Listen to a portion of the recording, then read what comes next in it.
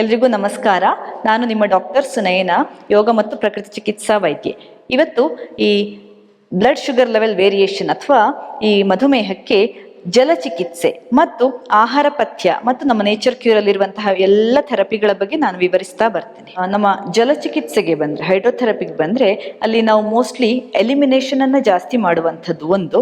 ಇನ್ನೊಂದು ಈ ಪ್ಯಾಂಕ್ರಿಯಾಸ್ ಅನ್ನ ಆಕ್ಟಿವೇಟ್ ಮಾಡುವಂಥದ್ದು. ಮತ್ತೆ ಈ ಈಗ ಒಬೇಸಿಟಿ ಇರುವವರಿಗೂ ಕೆಲವೊಮ್ಮೆ ಡಯಾಬಿಟಿಸ್ ಬರುತ್ತಲ್ಲ, ಆ ಥರದವರಿಗೆ ವೆಯ್ಟ್ ಲಾಸ್ ಮೇಲೆ ಫೋಕಸ್ ಮಾಡುವಂಥದ್ದು. ಈ ಥರದನ್ನು ಜಾಸ್ತಿ ಮಾಡ್ತೇವೆ. ಎಲಿಮಿನೇಟಿವ್ ಟ್ರೀಟ್ಮೆಂಟ್ ಕೆಲವಿದಾವೆ, ಈ ಹಿಪ್ ಬಾತ್ ಇರಬಹುದು ಕೆಲವೆಲ್ಲ. ಮತ್ತೆ ರಿಲ್ಯಾಕ್ಸಿಂಗ್ ಟ್ರೀಟ್ಮೆಂಟ್ಗಳು ಯಾವುದಂದ್ರೆ ಸ್ಪೈನಲ್ ಸ್ಪ್ರೇ, ಸ್ಪೈನಲ್ ಬಾತ್, ಆ ಥರದ್ದು. ಮತ್ತೆ ಫುಲ್ ಬಾಡಿಗೆ ಆಕ್ಟಿವೇಟ್ ಮಾಡುವಂಥದ್ದು, ಸ್ಕಿನ್ನಿಂದ ಹಿಡಿದು ಪ್ರತಿಯೊಂದು ಎಲಿಮಿನೇಷನ್ ಆರ್ಗನ್ ಅನ್ನ ಆಕ್ಟಿವೇಟ್ ಮಾಡುವಂತಹ ಕೆಲವು ಜಲಚಿಕಿತ್ಸೆಗಳಿದ್ದಾವೆ. ಇವುಗಳನ್ನೆಲ್ಲ ನಾವು ಪೇಷಂಟ್ಗೆ ಕೊಡ್ತೇವೆ, ಇಂಟ್ರೊಡ್ಯೂಸ್ ಮಾಡ್ತೇವೆ. ಅದರಿಂದ ಕೂಡ ಅವರಿಗೆ ಅವರ ಓವರ್ ಆಲ್ ಹೆಲ್ತ್ ಮತ್ತೆ ಈ ತನ್ಮೂಲಕ ಡಯಾಬಿಟಿಸ್ ಕೂಡ ಕಡಿಮೆ ಆಗ್ತಾ ಬರ್ತದೆ. ಯಾಕಂದ್ರೆ ನಾವು ಒಂದು ರೀತಿಯಲ್ಲಿ ರಕ್ತದಲ್ಲಿ ಸಕ್ಕರೆ ಅಂಶ ನಂಬರನ್ನು ಮಾತ್ರ ನೋಡೋದಲ್ಲ, ಓವರ್ ಆಲ್ ರೂಟ್ ಕಾಸ್ ಅನ್ನು ನಾವು ನೋಡ್ತೇವೆ. ಇನ್ಫ್ಯಾಕ್ಟ್ ಸ್ಟ್ರೆಸ್ ಲೆವೆಲ್ ಇಂದಲೇ ನಾವು ಅದನ್ನ ಕ್ಯೂರ್ ಮಾಡಲಿಕ್ಕೆ ಟ್ರೈ ಮಾಡ್ತೇವೆ. ಹಾಗಾಗಿ ಆ ಅಪ್ರೋಚನ್ನು ನೀವು ಟ್ರೈ ಮಾಡಿದ್ರೆ ಅದೊಂಥರ ಪರ್ಮನೆಂಟ್, ನಿಮಗೆ ರಿಸಲ್ಟ್ ಪರ್ಮನೆಂಟ್ ಆಗಿರ್ತದೆ.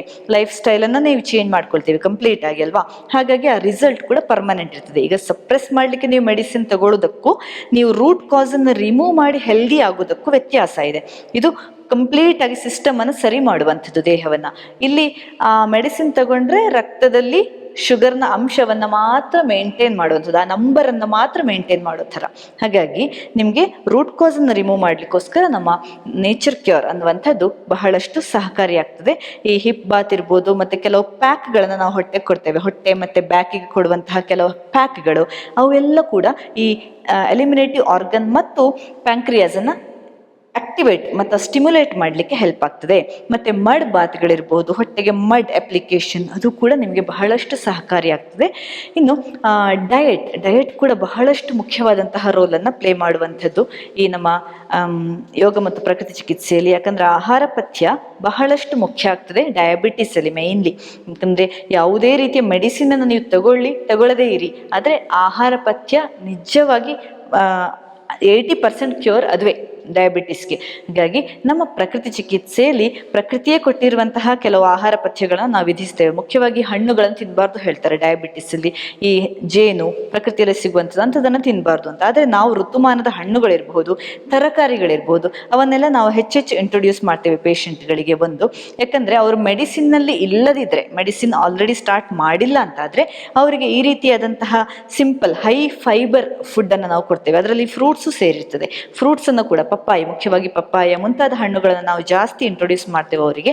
ಹಾಗಿರುವಾಗ ಅವರಿಗೆ ಆ ಒಂದು ಸಟೈಟಿ ಅಂದ್ರೆ ಹಸಿವು ಕಡಿಮೆ ಕೂಡ ಆಗ್ತದೆ. ಯಾಕಂದ್ರೆ ಅದರಲ್ಲೆಲ್ಲ ಫ್ರೂಟ್ಸ್ ಅಲ್ಲೆಲ್ಲ ಫೈಬರ್ ಇರ್ತದಲ್ಲ, ಅದರಿಂದ ಹಸಿವು ಕಡಿಮೆ ಆಗೋದು ನಿಜ. ಅದು ಅಲ್ಲದೆ ಅವರಿಗೆ ಶುಗರ್ ಲೆವೆಲ್ ಜಾಸ್ತಿ ಆಗೋದು ಇಲ್ಲ. ಯಾಕಂದ್ರೆ ಅವರಿಗೆ ಎಷ್ಟು ಅಗತ್ಯ ಇದೆಯೋ ಅಷ್ಟು ಮಾತ್ರ ಅಲ್ಲಿ ಪೂರೈಕೆ ಆಗ್ತದೆ ದೇಹಕ್ಕೆ. ಅಲ್ಲಿ ನಮಗೆ ಮೆಡಿಸಿನ್ ತಗೊಳ್ಳದೇ ಇರೋದ್ರಿಂದ ಅಲ್ಲಿ ಸಡನ್ ಆಗಿ ನಿತ್ರಾಣ ಆಗೋದು, ಸಡನ್ ಆಗಿ ತಲೆ ತಿರುಗುವಂಥದ್ದು ಆ ಥರ ಏನೂ ಇರೋದಿಲ್ಲ. ಕೆಲವು ಪೇಷಂಟ್ಗಳು ಮೆಡಿಸಿನ್ ಆಲ್ರೆಡಿ ಸ್ಟಾರ್ಟ್ ಮಾಡಿರ್ತಾರೆ, ಅಂಥವರಿಗೆ ಸ್ವಲ್ಪ ಡಯಟ್ ವೇರಿ ಆಗ್ತದೆ. ಅವರಿಗೆ ಈ ಡಿವೈಡೆಡ್ ಮೀಲ್ಸ್ ಆ ಥರ ನಾವು ಕೊಡ್ತೇವೆ. ಫಸ್ಟ್ ಸ್ವಲ್ಪ ಒಂದೇ ಪ್ಲೇಟನ್ನು ಸ್ವಲ್ಪವಾಗಿ ಸ್ವಲ್ಪ ಟೈಮ್ ಇಂಟರ್ವೆಲ್ ಅಲ್ಲಿ ಕೊಡುವಂಥದ್ದು. ಒಂದು 3 ಮೀಲನ್ನೇ ಒಂದು 6 ಸಲ ದಿನಕ್ಕೆ ತಿನ್ನುವಂಥದ್ದು ಅವರು, ಆ ರೀತಿಯಲ್ಲಿ. ಹಾಗಿರುವಾಗ ಅವರಿಗೆ ಸಡನ್ ಆಗಿ ತುಂಬ ತಿಂದು ಸಡನ್ ಆಗಿ ಬ್ಲಡ್ ಶುಗರ್ ಲೆವೆಲ್ ಸ್ಪೈಕ್ ಆಗೋದು ತಪ್ತದೆ. ಲೈಟ್ ಆಗಿ ಸ್ವಲ್ಪ ವೇರಿಯೇಷನ್ ಆಗ್ತದೆ, ಮತ್ತೆ ನಾರ್ಮಲ್ ಆಗ್ತದೆ. ಆ ಥರ ನಾವು ನೋಡಿಕೊಳ್ಳುವಂಥದ್ದು. ಅದರಲ್ಲೂ ಮುಖ್ಯವಾಗಿ ನಾವು ಈ ಆ್ಯಪಲ್ ಇರ್ಬೋದು, ಪಪ್ಪಾಯ ಇರ್ಬೋದು, ತರಕಾರಿಯ ರಸ ಅಂಥದ್ರ ಮೇಲೆ ಜಾಸ್ತಿ ಫೋಕಸ್ ಮಾಡ್ತೇವೆ. ಮತ್ತೆ ಕೆಲವು ಹರ್ಬ್ಸ್ ಇರ್ಬೋದು, ಈ ನುಗ್ಗೆ ಸೊಪ್ಪು ಇರ್ಬೋದು, ಮೋರಿಂಗಾ ಲೀವ್ಸ್ ಅಂತ ಹೇಳ್ತಾರೆ, ಅಂಥ ಸೊಪ್ಪುಗಳು, ಹಾಗಲಕಾಯಿ ರಸ ಇರ್ಬೋದು, ನೂಕೋಲ್ ಜ್ಯೂಸ್ ಇರಬಹುದು, ಮತ್ತೆ ನೀರು ಮಜ್ಜಿಗೆಗೆ ಈ ಮೇಥಿ ಪೌಡರ್ ಅನ್ನ ಮಿಕ್ಸ್ ಮಾಡಿ ಕುಡಿಯುವಂಥದ್ದು, ಅವೆಲ್ಲ ಕೂಡ ಈ ಶುಗರ್ ಲೆವೆಲ್ಸನ್ನು ಕಂಟ್ರೋಲ್ ಮಾಡಲಿಕ್ಕೆ ಬಹಳಷ್ಟು ಸಹಕಾರಿಯಾದಂಥದ್ದು. ಅದರ ಡೋಸೇಜ್ ಮಾತ್ರ ನೀವು ಕರೆಕ್ಟಾಗಿ ಒಂದು ಎಕ್ಸ್ಪರ್ಟ್ ಪ್ರೊಫೆಷನಲಲ್ಲಿ ಕೇಳ್ಕೊಂಡೆ ನೀವು ತಗೊಳ್ಬೇಕು. ನಿಮ್ಮ ಕಂಡೀಷನ್ ನೋಡಿ, ನಿಮ್ಮ ರಿಪೋರ್ಟ್ ನೋಡಿ, ನೀವು ತಗೊಳ್ತಿರುವಂಥ ಮೆಡಿಸಿನ್ ಅನ್ನೆಲ್ಲ ಸ್ಟಡಿ ಮಾಡಿ ಅವರು ಹೇಗೆ ತಗೊಳ್ಬೇಕು ಅನ್ನುವಂಥ ಒಂದು ಡಯಟನ್ನು ನಿಮ್ಗೆ ಕೊಡ್ತಾರೆ. ಆಮೇಲೆ ಅದಕ್ಕೆ ಸರಿಯಾಗಿ ನೀವು ಫಾಲೋ ಮಾಡ್ತಾ ಇದ್ರೆ ನಿಮ್ಮ ಬ್ಲಡ್ ಶುಗರ್ ಲೆವೆಲ್ ಖಂಡಿತವಾಗಿ ಮೇಂಟೈನ್ ಆಗ್ತದೆ. ಇನ್ಫ್ಯಾಕ್ಟ್ ಕಡಿಮೆಯಾಗಿ ನಾರ್ಮಲ್ ಆಗುವ ಸಾಧ್ಯತೆ ಕೂಡ ಬಹಳಷ್ಟಿದೆ. ಇದೆ. ಆಮೇಲೆ ನೀವು ನಾರ್ಮಲ್ ಆಗಿ ಸರಿಯಾಗಿ ತಿನ್ನಬಹುದು ಅಂತ ಅಲ್ಲ, ಕಂಟ್ರೋಲಲ್ಲಿ ಲೈಫ್ ಸ್ಟೈಲನ್ನು ಚೇಂಜ್ ಮಾಡ್ಕೊಳ್ಬೋದು. ಇನ್ನು ಎಕ್ಸಸೈಸ್ಗೆ ಬಂದರೆ ನಮ್ಮ ಯೋಗ ಪ್ರಕೃತಿ ಚಿಕಿತ್ಸೆಯಲ್ಲಿ ಬಹಳಷ್ಟು ಒಳ್ಳೆಯ ವ್ಯಾಯಾಮಗಳು, ಶಿಥಿಲೀಕರಣ ವ್ಯಾಯಾಮಗಳು, ಯೋಗಾಸನಗಳು, ಪ್ರಾಣಾಯಾಮಗಳು ಎಲ್ಲವನ್ನು ನಾವು ಹೇಳ್ಕೊಡ್ತೇವೆ. ಅದರಿಂದ ಕೂಡ ನಿಮ್ಮ ಡಯಾಬಿಟಿಸ್ಗೆ ಶುಗರ್ ಬರ್ನ್ ಆಗಲಿಕ್ಕೆ, ಎಕ್ಸೆಸ್ ಶುಗರ್ ಬರ್ನ್ ಆಗಲಿಕ್ಕೆ ಬಹಳಷ್ಟು ಸಹಕಾರಿಯಾಗ್ತದೆ. ಇನ್ನು ಹೊಟ್ಟೆಗೆ ಕೆಲವು ಅಂಗಮರ್ದನ ಅಥವಾ ಮಸಾಜ್ ಥೆರಪಿಯನ್ನು ಕೊಡ್ತೇವೆ. ಅದೊಂದು ಸ್ಪೋರ್ಟ್ಸ್ ಮಸಾಜ್ ಥರ ಚೆನ್ನಾಗಿ ಅಬ್ಡೋಮಿನಲ್ ಮಸಾಜ್ ಅನ್ನು ಕೊಡುವಂಥದ್ದು. ಅದರಿಂದ ಕೂಡ ಪ್ಯಾಂಕ್ರಿಯಾಸ್ ಆಕ್ಟಿವೇಟ್ ಆಗಿ ಇನ್ಸುಲಿನ್ ಸೆಕ್ರೇಷನ್ ಅನ್ನು ಜಾಸ್ತಿ ಮಾಡಲಿಕ್ಕೆ ಬಹಳಷ್ಟು ಸಹಕಾರಿ. ಇನ್ನು ನಮ್ಮ ಸೂಜಿ ಚಿಕಿತ್ಸೆಗೆ ಬಂದರೆ ಆಕ್ಯುಪಂಕ್ಚರ್ ಅಲ್ಲಿ ಅಥವಾ ಸೂಜಿ ಚಿಕಿತ್ಸೆಯಲ್ಲಿ ಒಂದು ಸ್ಟ್ರೆಸ್ ಲೆವೆಲ್ಸ್ ಅನ್ನು ಕಡಿಮೆ ಮಾಡುವಂಥದ್ದು. ಯಾಕಂದ್ರೆ ತುಂಬಾ ಜನಕ್ಕೆ ನಿದ್ದೆ ಬರುವುದಿಲ್ಲ. ನಿದ್ದೆ ಬರದಿದ್ರೆ ಅದು ಶುಗರ್ ಲೆವೆಲ್ ಸ್ಪೈಕ್ ಆಗ್ತಾ ಹೋಗ್ತದೆ. ಕೆಲವರಿಗೆ ಆಂಗ್ಸೈಟಿ ಪ್ರಾಬ್ಲಮ್ ಇರ್ತದೆ, ಅದೇ ಕಾರಣ ಆಗಿರ್ತದೆ ಈ ಶುಗರ್ ಲೆವೆಲ್ಸ್ ಜಾಸ್ತಿ ಆಗ್ಲಿಕ್ಕೆ. ಇನ್ನು ಕೆಲವರಿಗೆ ವರ್ಕ್ ಪ್ರೆಷರ್ ಇಂದಾಗಿ ಕೆಲವು ರೀತಿಯ ಹೆಲ್ತ್ ಇಶ್ಯೂಸ್ ಬರ್ತವೆ. ಆ ಹೆಲ್ತ್ ಇಶ್ಯೂಸ್ ಬಂದ್ರೆ ಏನಾಗ್ತದೆ, ಈಗ ಪೇನ್ ಡಿಸಾರ್ಡರ್ಸು ಅಥವಾ ರಿಪೀಟೆಡ್ ಆಗಿ ಹೆಲ್ತ್ ಸಮಸ್ಯೆ ಆದರೆ ಅಲ್ಲಿ ಸ್ಟ್ರೆಸ್ ಡೆವಲಪ್ ಆಗ್ತದೆ. ಅವರಿಗೆ ಹೆಲ್ತ್ ಕೈ ಕೊಡ್ತಿದೆ, ವರ್ಕ್ ಮಾಡ್ಲಿಕ್ಕೆ ಆಗ್ತಿಲ್ಲ ಅಂತ. ಆವಾಗ ಏನಾಗ್ತದೆ, ಬ್ಲಡ್ ಶುಗರ್ ಲೆವೆಲ್ ಜಾಸ್ತಿ ಪೋರ್ ಆಗ್ತದೆ ದೇಹಕ್ಕೆ. ಬ್ಲಡ್ ಶುಗರ್ ಲೆವೆಲ್ ಜಾಸ್ತಿ ಆಗ್ತದೆ, ಶುಗರ್ ಲೆವೆಲ್ ಜಾಸ್ತಿ ರಕ್ತಕ್ಕೆ ಪೋರ್ ಆಗ್ತದೆ. ಆ ರೀತಿ ಹಾಗಿರುವಾಗ ಶುಗರ್ ಪ್ರಾಬ್ಲಮ್ ಜಾಸ್ತಿ ಆಗ್ತದೆ. ಸೊ ಸ್ಟ್ರೆಸ್ ಲೆವೆಲ್ಸ್ ಅನ್ನು ಕಡಿಮೆ ಮಾಡಲಿಕ್ಕೆ ಒಂದು ಅಕ್ಯುಪಂಕ್ಚರ್ ನಾವು ಕೊಡುವಂಥದ್ದು. ಇನ್ನು ನಿದ್ರಾಹೀನತೆ ಇದ್ರೆ ಅದನ್ನು ತಡೆಗಟ್ಟಲಿಕ್ಕೆ, ಅದು ಅಲ್ಲದೆ ಕೆಲವು ಹಂಗರ್ ಅರೆಸ್ಟಿಂಗ್ ಪಾಯಿಂಟ್ಸ್ ಅಂತ ಇದೆ, ಹಸಿವನ್ನ ಕಡಿಮೆ ಮಾಡುವಂಥದ್ದು, ಈ ಫಾಲ್ಸ್ ಕ್ರೇವಿಂಗ್ ಅನ್ನ ಕಡಿಮೆ ಮಾಡುವಂತಹ ಕೆಲವು ಪಾಯಿಂಟ್ಗಳಿದ್ದಾವೆ. ಅದನ್ನು ನಾವು ಕಾನ್ಸ್ಟೆಂಟ್ ಆಗಿ ಚುಚ್ಚೋದ್ರಿಂದ ಅವರಿಗೆ ಈ ಫೇಕ್ ಹಂಗರ್ ಏನಿರ್ತದೆ, ಅಂದರೆ ಹಸಿವು, ಕಳ್ಳ ಹಸಿವು ಅಂತ ಹೇಳ್ತಾರಲ್ಲ, ನಿಜವಾದ ಹಸಿವಲ್ಲ, ಅದೊಂಥರ ಕ್ರೇವಿಂಗ್ ಫಾರ್ ದ ಫುಡ್, ಅದು ಕಡಿಮೆ ಆಗ್ತಾ ಬರ್ತದೆ. ಅವ್ರು ಕಂಟ್ರೋಲ್ ಆಗಿರ್ತಾರೆ, ಫುಡ್ ತಗೊಳ್ಳೋ ವಿಷಯದಲ್ಲಿ ತುಂಬ ಕಂಟ್ರೋಲ್ಡ್ ಆಗಿರ್ತಾರೆ.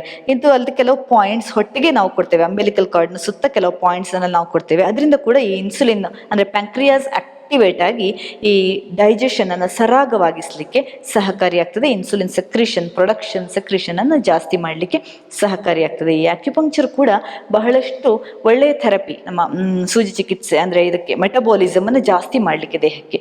ಇವಿಷ್ಟು ನ್ಯಾಚುರೋಪತಿಯಲ್ಲಿ ಕೊಡುವಂತಹ ಥೆರಪಿಗಳು. ಅದು ಅಲ್ಲದೆ ಕೆಲವು ಸೂರ್ಯ ಸ್ನಾನ ಇರಬಹುದು, ಕೆಲವು ಲೈಫ್ ಸ್ಟೈಲ್ ಚೇಂಜಸ್ ಇರಬಹುದು, ಕೆಲವು ನಿಮ್ಮ ಡೈಲಿ ಫುಡ್ಡಲ್ಲೇ ಏನು ಸಣ್ಣ ಸಣ್ಣ ಚೇಂಜಸ್ ಮಾಡಿಕೊಂಡು ನೀವು ರಕ್ತದಲ್ಲಿ ಶುಗರ್ ಲೆವೆಲನ್ನು ಮೇಂಟೈನ್ ಮಾಡಬಹುದು. ಇವೆಲ್ಲವನ್ನು ನಾವು ನೇಚರ್ ಕೇರ್ ಸೆಂಟರ್ಗೆ ಬಂದರೆ ಹೇಳಿಕೊಡ್ತೇವೆ. ಅದರಿಂದ ನೀವು ಯಾವುದೇ ರೀತಿಯ ಮೆಡಿಸಿನ್ಸ್ ತಗೊಳ್ಳೋದೆ, ಈಗ ಸ್ಟಾರ್ಟಿಂಗ್ ಸ್ಟೇಜಲ್ಲಿದ್ದರೆ ಯಾವುದೇ ರೀತಿಯ ಮೆಡಿಸಿನ್ ತಗೊಳ್ಳದೆ ಅಥವಾ ಮೆಡಿಸಿನ್ ಡೋಸೇಜನ್ನು ಕಡಿಮೆ ಮಾಡ್ತಾ ಬಂದು ನ್ಯಾಚುರೋಪತಿ ಥೆರಪಿಗಳನ್ನ ರಿಪ್ಲೇಸ್ ಮಾಡ್ತಾ ನೀವು ಬ್ಲಡ್ ಶುಗರ್ ಲೆವೆಲನ್ನು ನಾರ್ಮಲ್ ಮಾಡಿಕೊಡ್ಬೋದು. ಅದು ಅಲ್ಲದೆ ಇದು ಪರ್ಮನೆಂಟ್ ಆಗಿ ನಿಮ್ಗದೊಂಥರ ಡಯಾಬಿಟಿಸ್ ಕಾಂಪ್ಲಿಕೇಶನ್ ತಡಿಲಿಕ್ಕೆ ಕೂಡ ಬಹಳ ಒಳ್ಳೆಯ ಸೊಲ್ಯೂಷನ್ ಯೋಗ ಮತ್ತು ಪ್ರಕೃತಿ ಚಿಕಿತ್ಸೆ. ಹಾಗಾಗಿ ಇಂಥ ಚಿಕಿತ್ಸೆಯನ್ನು ನೀವು ಆದಷ್ಟು ರೂಢಿಸಿಕೊಳ್ಳಿ, ಅವೇರ್ನೆಸ್ ಬರಲಿ ಅಂತ ನಾನು ಆಶಿಸ್ತೇನೆ. ಧನ್ಯವಾದ.